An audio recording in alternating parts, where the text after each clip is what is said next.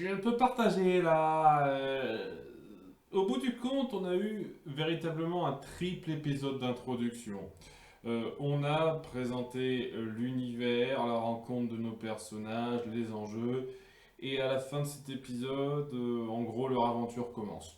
Leur trio s'est plus ou moins formé, et vraiment, le problème, c'est que ils partent de rien, en fait, et je trouve que il y a beaucoup de choses qui auraient mérité être mieux développées dans ce troisième épisode en particulier.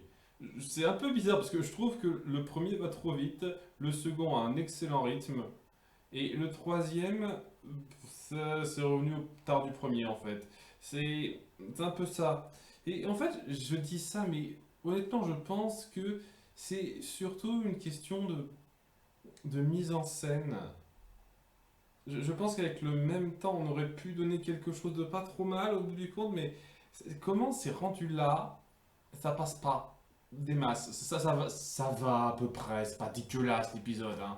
Une fois de plus, quand je ressors d'un truc comme Elena de Valor, j'estime que c'est quand même globalement un cran au-dessous de ce que ça fait, mais c'est quand même dommage de voir que c'est aussi pauvrement traité certains points. Enfin bref, ça commence sur Claudia et son père Viren qui discutent un petit peu de la situation. Claudia qui se demande pourquoi il n'a pas accepté ça, c'était pratique, hein, le fait d'échanger d'âme avec quelqu'un. Ouais, Viren dit qu'il est têtu, quoi. Il a vraiment cette espèce d'aspect très noble mais un peu têtu. Et c'est quelque chose que j'admire chez lui. Il se fait une petite réminiscence en voyant un vieux tableau alors qu'il était jeune et que ce roi était au pouvoir. Comme quoi il y avait quelque chose entre eux. Il se dit, ok, je vais essayer une dernière chose pour le convaincre parce qu'au bout du compte il pense à lui. Et alors un truc que je trouve là, je vous cache pas un peu dommage dans l'idée, c'est que on essaye de faire du drame là-dessus. Ce que ça implique, c'est que ça revient sur le dialogue de l'épisode précédent. La fin du dialogue entre lui et le roi, c'était alors vous seriez prêt à vous sacrifier pour moi, vous, parce que vous parlez de tous ceux qui sont prêts à sacrifier pour moi, et toi, tu es prêt à te sacrifier pour moi. Et donc, il n'a pas répondu à ça. Et j'imagine, enfin, ça m'est assez évident que ce qui est mis en avant, c'est qu'il est prêt à le faire. C'est-à-dire, ok, je vous respecte suffisamment, j'ai tellement d'estime pour vous que je suis prêt à faire ça moi-même, même si j'estime que je vaux un peu plus que le PK moyen dans un sens. C'est un peu ce qu'il veut balancer. Alors, c'est très intéressant. Ce qu'on en fait après, c'est un conflit forcé. Franchement, c'est vraiment un conflit forcé pour essayer d'antagoniser davantage le gars. Parce que au départ, même s'il a euh, des actes qui sont répréhensibles, il a des intentions nobles de son point de vue derrière. Et là, en gros, lorsqu'il essaie de s'adresser au roi en disant je ne viens pas vers vous seulement en tant que second conseiller, mais en tant qu'ami, je vois un peu comme un frère, le roi, tout d'un coup, décide de se la jouer connard hautain. Pour une raison qui m'échappe entièrement. Peut-être qu'il est stressé de ce qui se passe, mais comment ça, et vous vous êtes cru un peu supérieur à tout le monde, comme si vous aviez une considération à part par rapport à mes autres sujets. Non, vous êtes un de mes serviteurs, et vous voulez pas plus que ça. À genoux, connard, et tu me vous vois. C'est ça en gros, quoi, plus ou moins. Et waouh, ça sort de nulle part. Durant le peu de temps qu'on les a vus ensemble, il y a eu une certaine familiarité entre eux. Le mec ose dire je vous vois comme un ami, et tout d'un coup, le roi, il en peut plus, quoi. Qu'est-ce que c'est que cette familiarité? Ferme ta gueule. C'est quoi ça? Sérieusement? C'est le genre de choses. Limite, si on part là-dessus, il fallait partir sur ça lorsqu'ils se disputaient sur l'emploi de la magie noire, pas sur cette approche familière en fait. J'imagine qu'on pourrait me dire, mais c'est justement parce que le roi voit dans cette espèce d'approche une façon de manipuler, blablabla. Ok, mais c'est quelque chose qui aurait grandement gagné à être mieux mis en avant, de façon plus directe, plus efficace. Là, ça fait passer le roi pour un trou-duc, de même pas essayer d'écouter ce qu'il propose. Parce que de base, quoi, il voulait se sacrifier pour lui, et maintenant, bah, il en a un petit peu gros qu'il l'ait traité comme une merde. plus ou moins ça. Et en plus, on le voit même pas le roi après ça. Après cette scène, on le voit même pas et c'est pas impossible qu'il ait fait quelque chose pour le mettre à chaise d'une certaine façon. On ne sait pas, on ne voit pas le roi. Et voilà, cette scène me pose problème, parce que vous forcez un conflit et vous le traitez très vite, et ça va être le thème central de cet épisode. Hein, parce que parallèlement, on va également avoir Claudia qui, dans la salle du tableau, finira par avoir donc la lettre du roi qu'il a donnée à Kaloum, et surtout le tableau, des traces sur le tableau qui a été remis en place. Genre, ils ont fui en quatrième vitesse Rayla pour échapper donc à ses couteaux, quoi. Et à un moment donné, il y a Rayla dans les poursuivants qui a décidé de remettre en place le tableau. Vraiment, comment ça se fait que le tableau soit encore là? Je ne comprends pas. C'est un détail, c'est trois fois rien, mais c'est bizarre pour moi. Bref, elle remarque malgré tout la trace de la confiture qu'avait Ezram sur les mains. Et donc elle poursuit un peu ça pour se retrouver dans donc cet endroit secret très vite et rejoindre le tout. Mais en l'espace de d'une minute à peine, quoi. C'est un peu bizarre. On va dire que ça se passe en parallèle. Genre, ça a été fermé, le tableau a été remis en place juste après qu'elle soit entrée, Rayla. Et ils sont entrés dans cette salle et donc ça se passe un petit peu en parallèle de la course-poursuite qu'on a vue à la fin de l'épisode précédent. On va dire que c'est ça. Enfin bref, quoi, elle tombe sur un petit peu cette découverte, quoi. Rayla qui voit que l'œuf du prince dragon est toujours là. Bon, on l'a gardé ici pour faire des expériences dessus, hein. Il n'a pas été volé de façon pacifique ou quoi que ce soit, mais c'est quand même sauvable. On peut encore en tirer un truc bien bénéfique. D'ailleurs, sa mère l'attend, elle en parle, donc oui, c'est pas de l'auto-reproduction, c'est entre mâle et femelle là aussi. Et apparemment, les femelles dragons ne se battent pas, ne sont pas des grandes représentantes de la défense du territoire. C'est comme ça que c'était présenté au début, c'est pour ça que ça fait un peu bizarre. Mais bon, ok, très bien, très bien. Moi, je suis sûr qu'on aura plus de détails là-dessus plus tard. Et voilà, Claudia arrive, et c'est le clash un peu direct en fait. Donc bien entendu, elle la voit comme une ennemie à abattre, c'est évident. Et on est vraiment dans cette évolution de décision de considération de nos deux personnages, c'est-à-dire Callum et Ezran, beaucoup trop rapide. Vraiment. Plutôt que de prendre le temps de discuter, plutôt que le temps de voir un petit peu les pour et les contre, ils sont en mode non, ce que veut faire Claudia, c'est-à-dire garder cet œuf ici et pas enfermer cette elfe qui est quand même venue pour tuer la famille royale. On peut pas être derrière ça parce que c'est plus important de sauver l'œuf. Et il n'y a pas de discussion, de considération ou quoi que ce soit. On n'essaie pas d'appuyer un quelconque dilemme particulier de la part des deux personnages, quoi. Ezran, très vite, lorsque Rayla lui dit fais-moi confiance, sois de mon côté, ok, il s'enfuit avec elle. Elle lui dit où partir parce qu'il connaît le coin. Et il y a Callum qui décide de les suivre un petit peu en empêchant donc Claudia de faire son sort pour attaquer Rayla, en lui piquant donc son espèce d'orbe magique et en la menottant, comme ça, à une menotte au passage qui est suffisamment grosse pour qu'elle retire son poignet sans problème. Vraiment, les animateurs, c'est si compliqué de dessiner des menottes plus petites, je comprends pas. Enfin bon, il s'enfuit, elle envoie des espèces d'ombres loups avec ses pouvoirs magiques pour les pourchasser, mais de nulle part presque, il y a Callum qui se voit connaître des pouvoirs de magie en fait. Il réplique rapidement ce qu'il a entendu dire Claudia l'épisode précédent, et il fait un sort pour faire jarter un petit peu ces loups qui les attaquent. Ah, je suis un mage, c'est trop génial, il se la joue un petit peu son cas. Et ouais, le truc qui est un peu dingue là-dedans, c'est que il en pince pour Claudia. C'est appuyé dans les deux premiers épisodes, il en pince un petit peu pour elle, quoi. Et là, il l'a trahi avec un micro-regret, il en fait pas plus. Ok, je vais pas une seule seconde considérer les options. Il faut qu'on fasse ce qui est bien pour cette œuf. Et mince, pourquoi essayer de comprendre les autres? Pourquoi s'insurger l'espace d'un instant pour essayer de faire valoir ce nouvel état d'esprit aux autres. Non, c'est juste, on est comme ça maintenant. Il faut qu'on fasse ci, il faut qu'on fasse ça.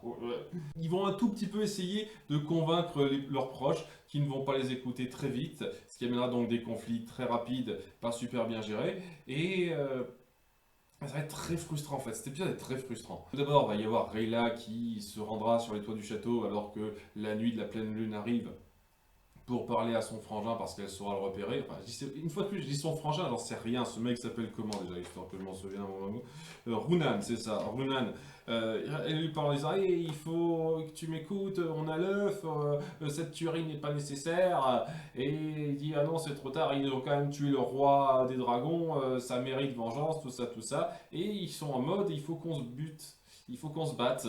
Rayla essaye pas une seule seconde de voir quand même l'implication grave que représente de lutter contre les siens et Hunan n'a absolument aucune réflexion sur ce qui se passe. C'est vraiment, il faut qu'on mette tous les conflits en place très vite. C'est ça. Et donc maintenant, elle est complètement contre les siens. Avant, ces siens l'avaient un peu dénigré, mais genre, elle a un peu fait chier le monde en suivant pas les ordres totalement. Et là, maintenant, ben voilà, c'est une traîtresse.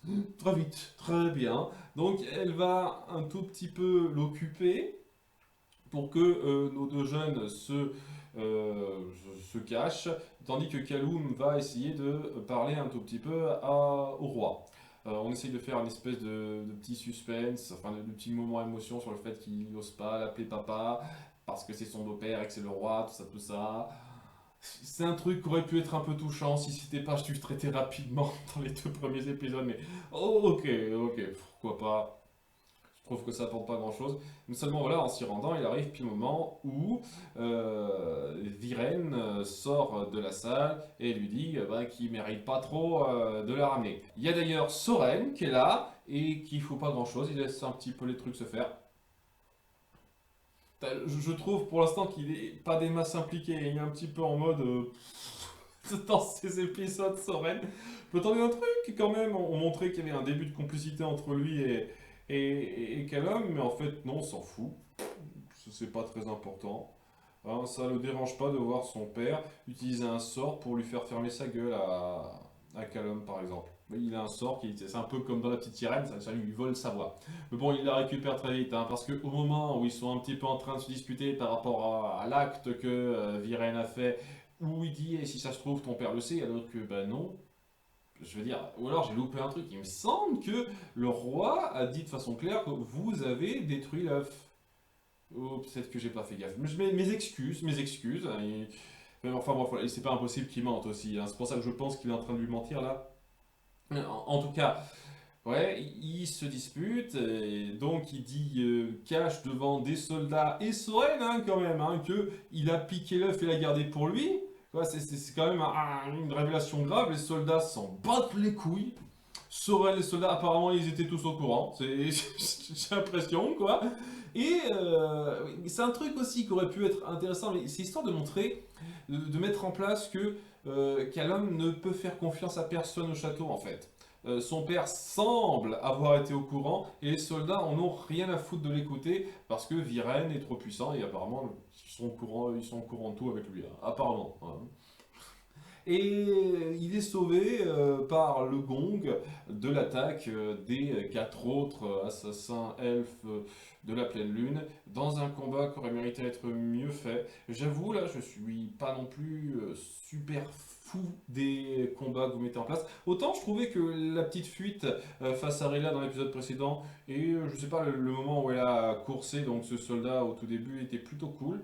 Là, à part le duel entre elle et son frangin, une fois de plus, je dis son frangin, ça se trouve, c'est pas son frère.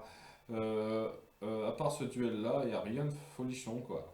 Et c'est ça qui est dingue, c'est que on met en avant que la pleine nuit est censée leur donner des pleins pouvoirs, quoi, et ils sont quasiment inarrêtables. Et qu'est-ce qui se passe? On les voit se battre un petit peu contre les soldats au second plan, presque, avec Callum qui décide de se barrer pour rejoindre Rayla et Ezran. Et c'est tout. On ne les voit pas plus être si forts que ça. On voit un petit peu hors champ, enfin qu'ils ont tué quelques soldats hors champ. histoire de montrer. Mais au-delà de ça, on montre rien de très puissant dans cette euh, grandeur de la pleine lune pour ces elfes, quoi. Et donc, alors que notre trio de fortune se regroupe, ils se disent que on ne peut pas faire confiance à qui que ce soit là-dedans, et donc c'est à nous de jouer. Nous allons amener l'œuf à Xadia et le rendre à sa juste place et arranger les choses, je ne sais pas trop comment. Vraiment, je ne sais pas trop comment ça arrangera pleinement les choses qui ramènent l'œuf à sa place, mais ça arrangera certains trucs dans un sens. Ouais. Et donc, ouais, en avant, compagnon, c'est parti. On appuie à peine, à part dans un échange, je l'ai trouvé un peu rigolo, que ce sont des gens qui se connaissent pas, en tout cas, ils connaissent pas Rayla, il n'y a aucune dynamique avec Rayla. Mais c'est pas grave, c'est un nouveau trio, on se serre les coudes. Ça va trop vite, cette partie-là aussi. J'aurais vraiment pas été contre de mettre plus en avant certains points. Mais ouais, c'est un truc qui pourra se compléter, s'arranger à la suite des épisodes, quoi. Et ouais, ça se termine alors que hors champ, apparemment, parce que c'est pas clair à 100% pour moi, tous les elfes ont été défaits. Enfin, c'est ce qui semble être impliqué. Et donc, ouais, c'est ces super elfes de la pleine lune qui sont super puissants lorsque la lune est pleine. Eh ben, ils ont été battus hors champ. Donc, leur chef, Noran, Runan, merde. Leur chef, Runan, est mal en point et se fait capturer par la garde. Enfin, Claudia arrive juste à temps pour dire hey, gardez-le en vie, il nous sera peut-être utile. Là, on fera des expériences magiques sur lui. Et ouais, début de l'aventure, fin de la grosse intro. On met en place un peu la même chose que dans le double épisode de Avatar, le dernier maître de l'air, quoi. C'est-à-dire une famille, frère-sœur, bon là frère-frère, et qui vont voyager avec quelqu'un d'un peu étranger qu'ils apprendront à connaître plus tard. La dynamique a été un tout petit peu moins bien rendue, surtout dans le dernier épisode pour moi. Et même si je comprends la quête qui se donne, je trouve qu'il y a beaucoup de trucs qui ont été pas des masses bien amenés. Si je devais comparer ça au double épisode d'introduction d'Avatar, le dernier maître de l'air, c'est un cran en dessous. Vraiment. Sans même prendre en compte l'animation qui reste. Ouais, je ne vais pas inciter des plombes là-dessus. Sinon, un petit détail, mais ouais, pour le gag, Claudia met un quart d'heure à trouver la clé de sa menotte qui est juste à sa portée. C'était pour dire quoi, hein, histoire que j'oublie pas ce petit détail. C'est trois fois rien. Donc, c'était un épisode à peine acceptable pour moi. Ça va, c'est tout juste correct. Euh, disons que on prend les enjeux qui sont mis en place. Voilà, la quête, les enjeux mis en place, pas mal d'idées sont intéressantes. Je trouve vraiment dommage la façon de gérer les nombreux conflits pour forcer la situation là où elle va en être à la fin de l'épisode. Le fait que Firen n'a plus cette attache envers le roi et sera prêt à devenir beaucoup plus sombre dans ses dessins à cause de ça. Le fait que nos héros, Rayla comme Callum et Ezran, ne peuvent plus faire confiance à leurs proches et doivent entamer ce périple tout seul. Ce genre de truc, ça aurait mérité plus de temps. Et c'est un peu le problème dans Avatar, le dernier maître de l'air. Les décisions, les motivations sont claires. Il n'y a pas de grand conflit pour motiver nos personnages à prendre ces décisions, à prendre les voies qui leur sont données. Bien entendu que Aang doit faire quelque chose, il se repose un instant, mais une fois qu'il est mis face à son destin et en étant sauvé par Sokka et Katara, il doit poursuivre sa quête. Et Sokka et Katara, qui se rendent compte quand même que cette quête est très importante, vont la poursuivre. Il n'y a pas de grand conflit à gérer pour les décider à partir sur cette voie. Malheureusement, pour ces trois personnages-là, il y a beaucoup de conflits à mettre en place pour les amener à cette voie-là. Et c'est le problème, c'est la différence, je pense, dans l'écriture par rapport à l'introduction d'Avatar et l'introduction du Prince Dragon. C'est beaucoup plus digeste dans Avatar, le dernier maître de l'air, facilement. Et ouais, c'est frustrant, c'est frustrant. Après voilà, c'est tout juste correct, c'est pas mauvais, mais pour l'instant, c'est le moins bon des épisodes que j'ai vus. Moi, j'en ai vu que 3. Maintenant que la mise en place est faite, c'est pas impossible qu'on reparte sur la configuration à la Avatar, c'est-à-dire un épisode, un périple particulier et des enjeux qui s'agrandiront au fur et à mesure. Très certainement. Et si c'est bien rendu, ça pourrait être fun. C'est dommage que l'accroche manque de développement satisfaisant. C'est le souci. Je pense pas que ça plombe le tout, mais je comprendrais aisément que ça le plombe pour certains. Mais ouais, il faut accepter ça parce que bon, sinon on va pas apprécier du tout la suite, hein, si c'est vraiment amené de façon qui nous plaît pas. J'espère que ça saura bien rebondir malgré ça. À bientôt pour l'épisode 4. Bye!